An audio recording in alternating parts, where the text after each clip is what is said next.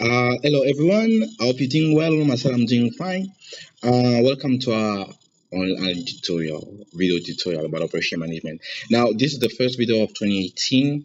I know it's a new year, so happy new year to all of you. First of all, I'm excited for this year. There are new resolution that you need to take and so on. But anyways, before we start, I'd like to apologize for the quality of the sound. First of all, so it's not really like it used to be. So I changed my computer now. I'm not used to this one. So I need to set some other stuff here and there. Anyways, today we're going to talk about chapter 12, which is about inventory management. As a reminder, the slide that we're using and every information that we're getting here, we're taking them for the operation management book about sustainability and the supply chain by Heizer and Barry Render. So it's the 12th edition of the book that we're using. Now, today we're going to talk about inventory management, as I said. So, inventory is something that most of the time is overlooked. Whenever you're going to a company and whenever you need to start a business, few people think about the inventory. We generally think about your product, the service, the people that you need, the material, but you hardly think about the inventory, how you're going to manage it. So, this is what we'll be talking about here. We'll try to see how big corporation deal with the inventory and so on. Now, before we start, take a look at what inventory looks like. This is Amazon. This is the biggest warehouse in America. So whatever they have there is a stock of whatever we have ordered online. So you see how tiny people look on the video, on the picture, and then you also see. Imagine you're looking for a product that is at the end of the warehouse there. Now, how do they make sure that they get the right product for you? They don't give you what you didn't ask, and they do it on time. This is an inventory also for micro. Micro, most of the time you see, like, depending on the company, the inventory or the layout of the warehouse might change and so on, and also depending on the product that they have. Now, the product, for example, for Toyota, like in this case here, it's about part from the cars, like engine. It won't be the same layout or the same way they'll keep the inventory as Amazon will do or as Macro is gonna do. So to get an idea of what we'll be doing in this video or what inventory looks like or is about, let's take a look at this video here.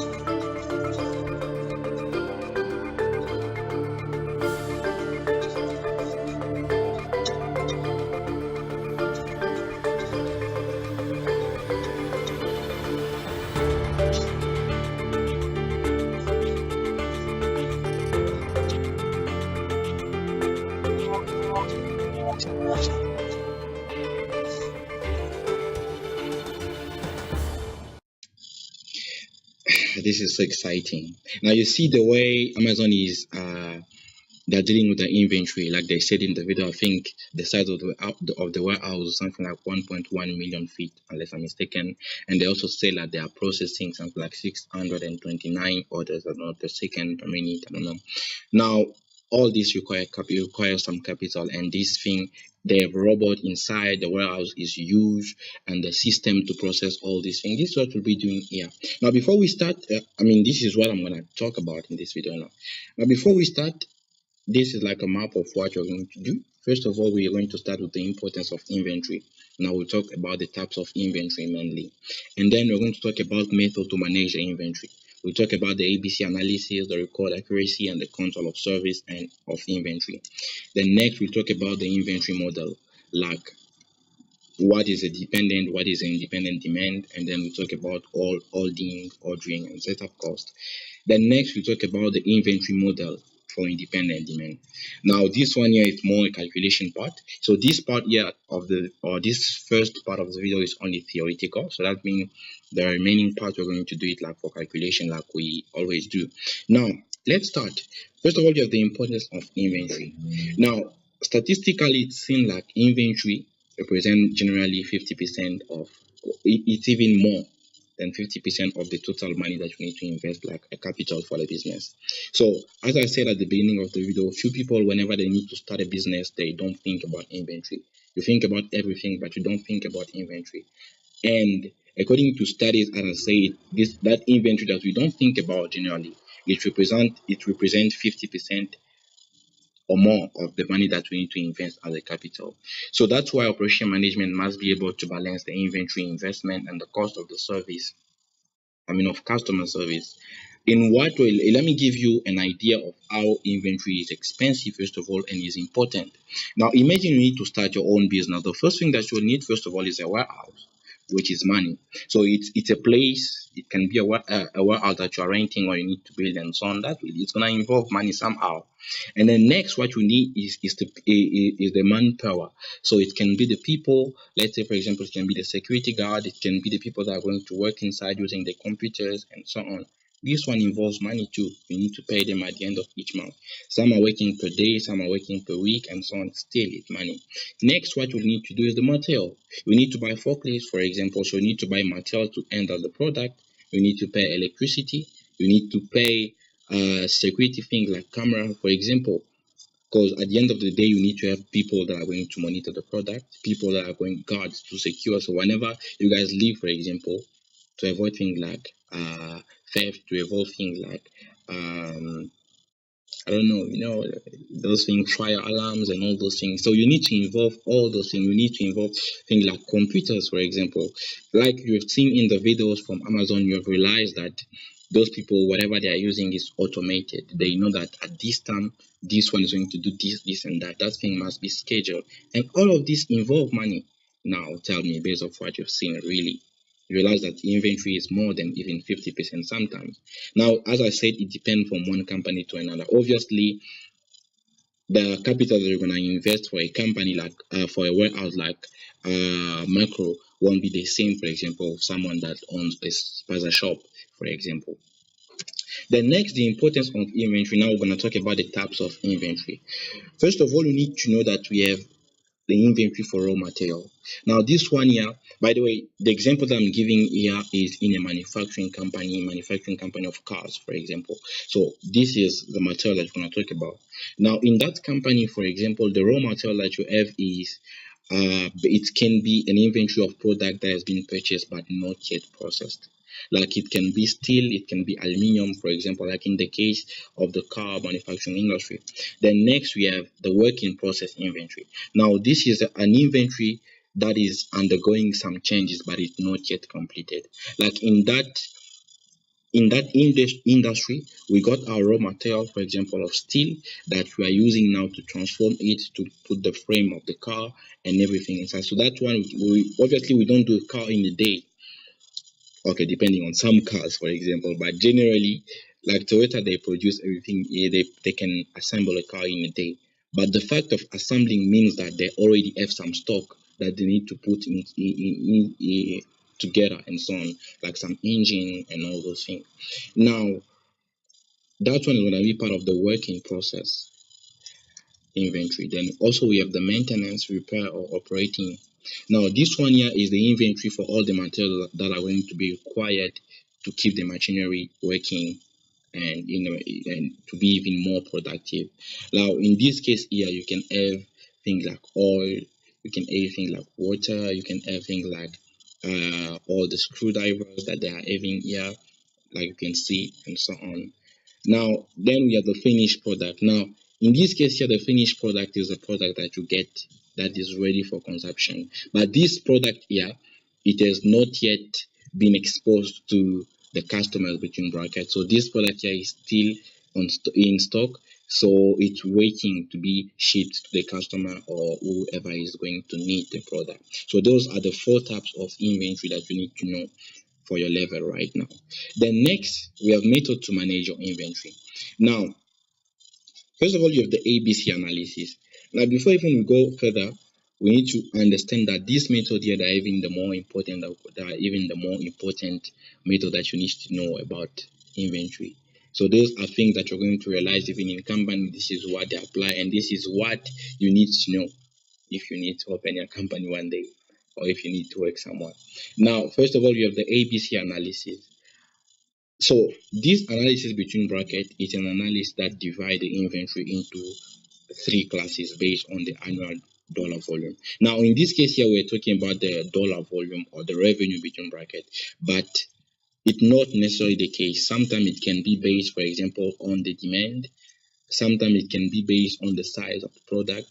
So there are many other factors, but generally, whenever you talk about ABC analysis, you think about the revenue of the product. So we are gonna talk about the ABC analysis, but in a supermarket. Like in this case here, for example, we have, as it's called, it's an ABC analysis. So we are going to have three category of item. We have item A, item B, item C. Now we have class A items, or the one we can call A item. Those one, they are those items that they have high annual dollar volume. Now those items generally they are in few quantity, so they can even be 5% of the all inventory. But and we don't sell them every day, but we know, for example, that the day we're gonna sell them, we're gonna get more profit, maybe even 50% of the profit that we get every month. Now, in a supermarket, it might be an example of a professional price stand like the one that you can see.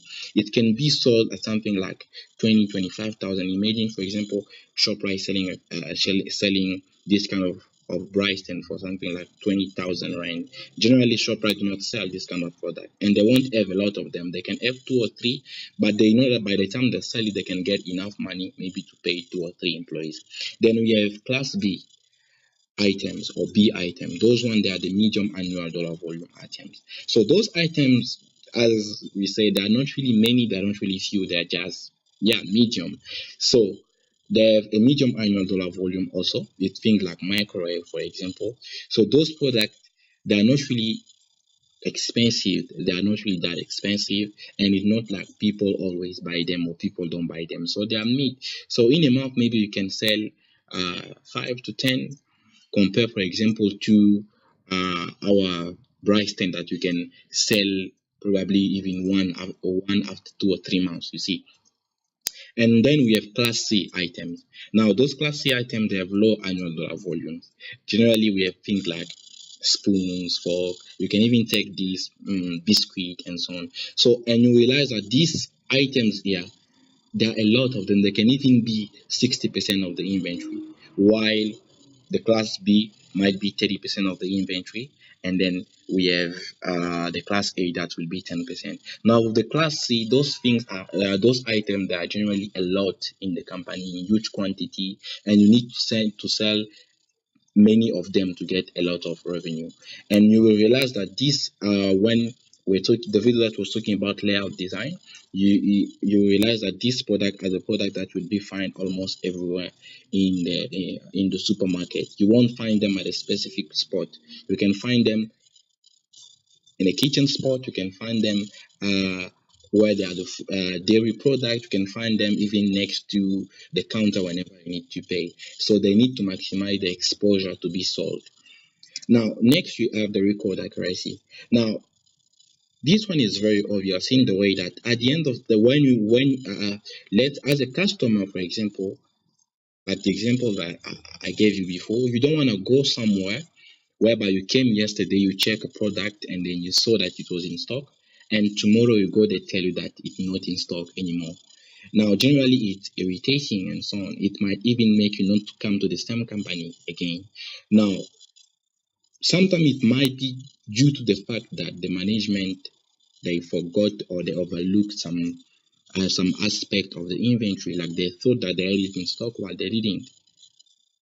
How do you feel? How would you feel when you go into a shop and they tell you that you are looking for this product here, and the guy doesn't even know if it's in stock or not? Now, he puts you on hold, telling you that, wait, let me go and check. But you need that product, and you're praying inside you that, please, let them find the product. And by the time they come, they tell you we don't have it. How do you feel? You see, so that one is based because it is based on an accuracy problem. That's why, as a method to manage your inventory, you must have accurate records because they are really critical. And also, you must allow the organization, like The accuracy of the inventory allows the organization to focus on what is really needed. And then it's also important, and yeah, it's also important because it is necessary to make the precise decision about ordering, scheduling, and so on.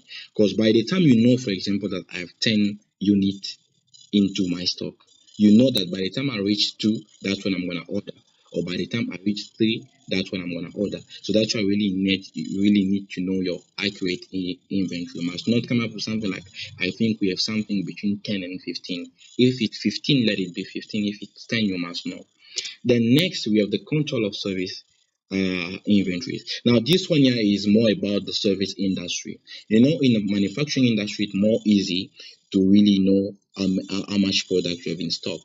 When, for example, you are manufacturing cars, you need to know, for example, that we have 10,000 cars in stock and so on. They are tangible products. But in the service industry, it's a bit different. How is the inventory going to look like in a company like a bank or in a hotel, for example? We know that they like even ESCOM, they provide electricity, but now what is inside the inventory? Now that one comes to what we call a pure service and a mixed service. A pure service, as we say, it's a service whereby whatever you get is 100% tangible. Like, for example, when you go to school, whatever you get is a pure service. But when you go, for example, to a restaurant, because education at school, for example, is not tangible.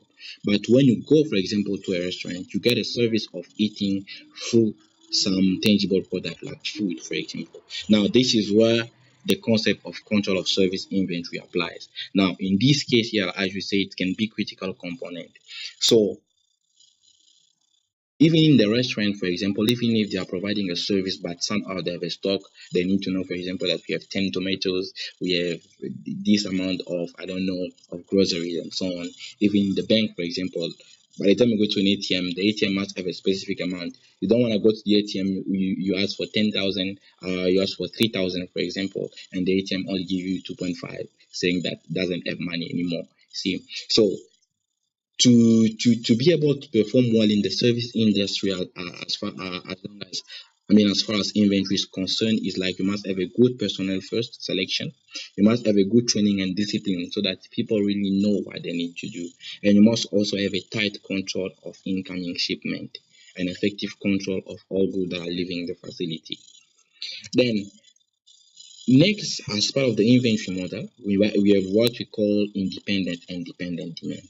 Now, independent demand is a demand of a product. It's like when you want a product, the demand of that product doesn't depend on the demand of other product. Let's say, for example, you want to buy a car. Like in this case here, on your left hand side, you will see that you have independent demand. We have one and two. One is the car, two is the tire. So you will understand that the demand of the car doesn't depend on the demand of the tires. Before someone buys a car, he doesn't buy the tires first. You buy the car and then you buy the tires. So that means that the car is one of that item that will have an independent demand. The same thing as the phone and so on. You buy first the phone and then you buy the cover. So you will see that the phone and the car, those one are items with an independent demand. But now, dependent demand means that you can order or you can look for that product only when you have found some other product that you're looking before.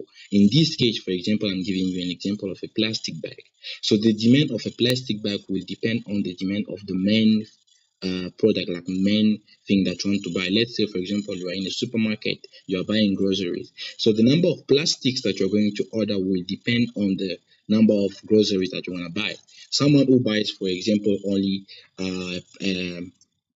bread wants ask for the same number of plastic that someone, for example, who buys spices, yeah, bread, chicken, yeah, and I don't know if you get my point. So that's why we call it a dependent demand. So even the tires in the first example mean that the tires would be one of those items that will have a dependent demand, meaning you're gonna look for a tire only when you have a car.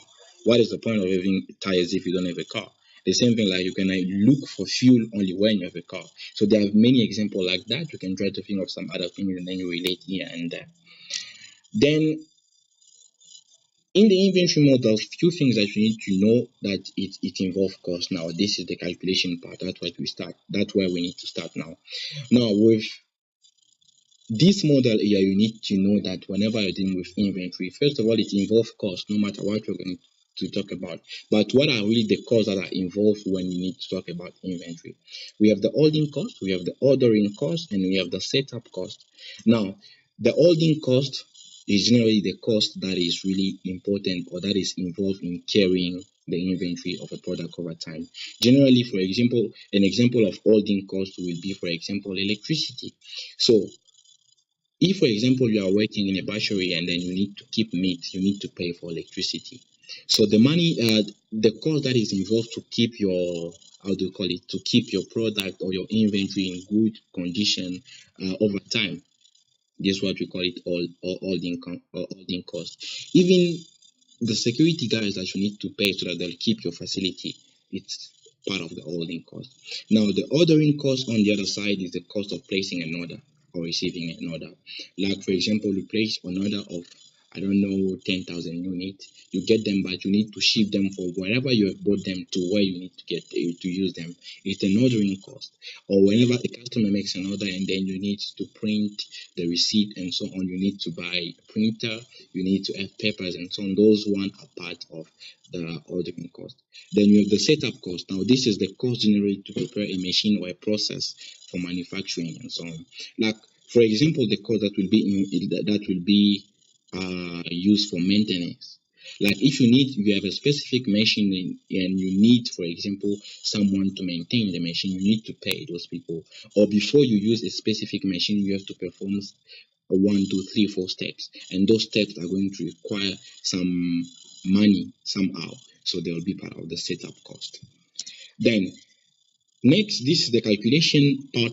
Also, we have three methods that we are going to use whenever we need to solve an inventory problem. So those methods are going to depend on the product, are going to depend on the size of the product that you need to buy and so on. So that's why we have the basic economic or the quantity model, we have the production or the quantity model, and then we have the quantity discount model. So generally, the basic economic quantity, the first one, applies almost to, you can take it to companies that really produce medium number of product, and you can even apply it to spaza shop and so on. But the production or the quantity generally applies to the production industry. So those ones that are really manufacturing a large number of units, like per day they can even manufacture 5,000 units.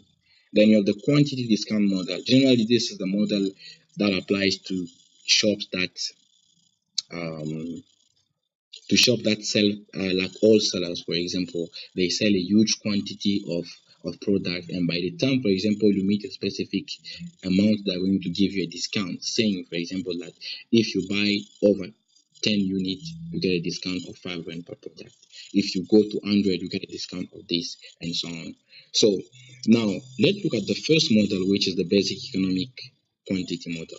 Now, an assumption with this method here is like, this method assume that the demand is known and it's constant and independent. So by independent, we mean we are selling independent product like cars, like phones, and like whatever I said.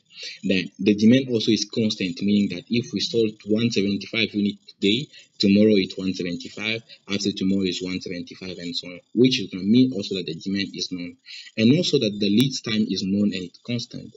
Remember, the lead time is the time that you spend by the time you place your order and you receive it. So it means that with this method here, we know that if I place my order today, I'm going to get it tomorrow. So the lead time is 1 day. So the lead time is constant. It's not like today is 1 day, tomorrow is 2 days, it's 3 days. No. And the receipt of the inventory is instantaneous and complete, meaning that by the time we make, how do you call it? By the time we place our order, we receive it at the same time. And also the quantity discount are not possible, which is the third method. So here it's more like no matter the number of units that you receive, you don't get any discount. And also the only variable cost is the setup and the holding cost. So the remaining costs are constant. Now, this is how the model looks like. So it's more like over time the inventory is going to start. So you are starting from a specific point which is up here. You start already with a number of, let's say for example that you start with a specific number which is Q, which is equal to 50. You start with 50 unit. Now the more time the time is passing, now you today you sell one, you left with 49. Tomorrow you sell two, you left with 47, and so on. So the more time is passing, the more the less number of units you have in your inventory, which means we're gonna start only replaying. We'll buy a new stock only when we have zero. So that means by the time we reach zero here, we're gonna buy another unit. We're gonna buy other product. So now we don't buy them like the inventory is gonna build up. As we said, by the time you place your order, you receive them. So by the time I reach zero, I place another 50 unit up. I'm back again to 50. I use them. By the time I get to zero, I place another order. So now whatever we get up here is what we call the usage rate, usage rate, and also as we said, the demand is constant, meaning that I'm going to ask for 50 tomorrow, 50 the day after tomorrow, 50, and so on. Which means the average is easy. We just need to take the constant number divided by 2, and then you get your average inventory model. Now, few variable that you need to know is the Q, which is the optimal number of pieces of EOQ. This is even what we are looking for the video for for this model here. We need to know exactly how many units we are going to order, so that our inventory, so that we are not spending too much money for the setup cost or less money for the holding cost. So we need to find a number that the amount of units that's going to balance everything. Then the big D that we have here is the annual demand in units. So this one here is the annual demand in unit for the inventory item, and S is the setup or ordering cost for each order, and H is the holding or carrying cost per year. So the holding cost generally is per year, the setup cost generally is for unit, for per order. And then we have N, which is the expected number of orders. So now this means that in a year, for example, a year of 265 days, for example, based on the company, because there might be also public holidays and so on and so on. So if a company is working for 265 days, and then, for example, that they have a demand of 175 per week, for example, how many times are they going to place another order? So how many times they're going to place another order to get 175 units? Now, the formula that you need to know is the optimal number of piece that we need to order. This one is still for the first method. So to find Q, you have the square root of 2 multiplied by the annual demand multiplied by the setup cost divided by the holding cost. Now, in this video here, I'm not really explaining an actual level. You don't really need to know where these formulas are coming from. So I'm just giving them to you. You just need to cram them, and yeah, for now. But at further level, you understand where these formulas are coming from and so on. So you also have the formula for the annual setup cost, the annual holding cost, and the N, which is the number of orders that we need to make. And now the total cost generally is the sum of your annual cost plus your holding cost. So is the formula 2 and 3 that you take them, you add them, and you get the total cost. Now, the second method is production order quantity. Generally, as I say, it's used when the inventory builds up over time. So it's not that method that the other one whereby the inventory it builds up at the same level, at the same moment you want them, at the same time you get them. In this case here, I can want them tomorrow, but I'll get them probably the day after tomorrow. So the inventory is building up over a specific amount of time. So it also used when the units are produced and sold simultaneously. So you can take, in this case here, it's more like it's in the service industry. That's where at the same time you produce something, at the same time you consume it. Like when you go to a barber shop, for example, the same time they cut your hair, this is the service that they're doing, the same time you're enjoying the service. While when you are working in the manufacturing industry, they can manufacture a product today, but I'm gonna enjoy it probably 2-3 days after, depending on the stock. Now, the graph is going to appear for this model here, whereby, as we say, the inventory is building over time. So it means that you start with 0, on the first day, second day it goes to 1, second day it goes to 3, and so on. So it's building over time. It's a function of time. It's not something that is really like in the first method whereby you start 150 and get 50 already. And this method is sometimes even more realistic because this is how things happen in reality. Now, the consumption also it happens over time. So we don't consume everything at the same time. Now, I 50 unit day, I sell one, I'm left with 49. I sell two, I'm left with 47. That's how the inventory is going down over time.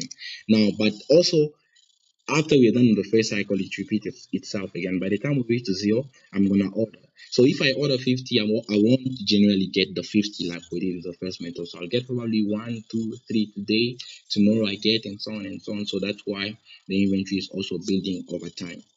Now, the variable are still the same. We have Q, D, S, H, and N. The only difference in this method is only we have the small d and the small p. The small d is the daily demand rate, and the small p is the daily production rate. Remember, this method here is about production. So that means that we need to know how much unit we are producing and how much unit we are also selling, like the demand, but this one is daily one. So in some exercises, you will realize that the d, the small d, is not really given. P will always be given most of the time. If it's not given, we will find a way to find it. They'll tell you. But the small d generally and the small p generally they are given.